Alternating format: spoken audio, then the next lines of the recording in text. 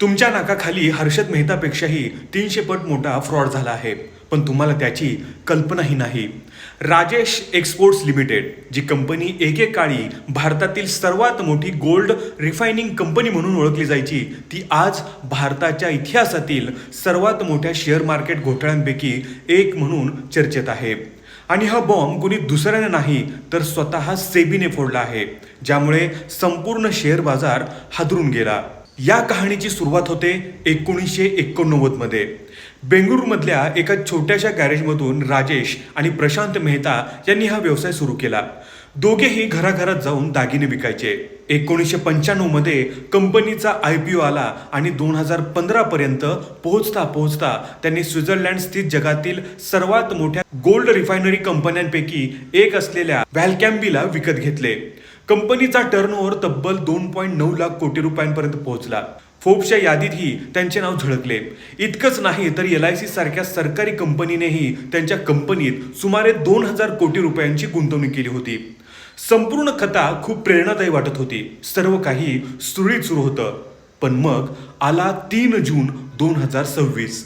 सेबीच्या 119 पानांच्या अंतरिम आदेशाने कंपनीचा संपूर्ण खेळ उघड केला. मागील 5 वर्षात कंपनीने तब्बल 15 लाख कोटी रुपयांचा महसूल चुकीच्या पद्धतीने दाखवला होता. हा आकडा कंपनीने जाहीर केलेल्या एकूण महसुलाच्या 99.8% इतका होता. म्हणजेच संपूर्ण खेळ बनावट विक्री आणि पडताळणी न झालेल्या परदेशी व्यवहारांच्या आधारावर चालत होता.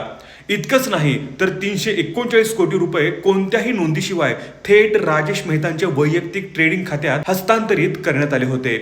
तसेच 900 कोटी रुपयांपेक्षाही जास्त रक्कम संबंधित कंपन्यांमध्ये फिरवण्यात आली होती. म्हणजेच हा संपूर्ण प्रकार कदाचित कधीच उघड झाला नसता जर एका भागधारकाने सेबीकडे तक्रार केली नसती.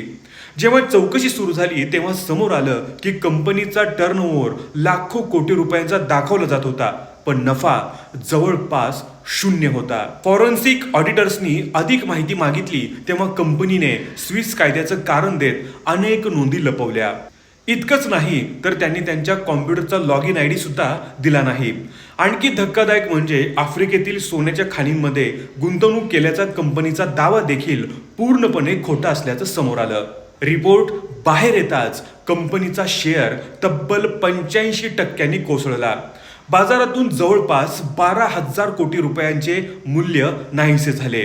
सध्या सेबीने राजेश मेहता आणि संबंधित कंपन्यांना शेअर बाजारातून बंदी घातली आहे आणि चौकशी सुरू आहे. पण खरा प्रश्न अजूनही कायम आहे. जेव्हा 5 वर्षापासून 15 लाख कोटी रुपयांचा एवढा मोठा खेळ सुरू होता तेव्हा आपले ऑडिटर्स आणि नियामक नेमकं काय करत होतं? मित्रांनो, या व्हिडिओबद्दल तुमचं मत काय आहे हे आम्हाला कमेंट करून जरूर कळवा.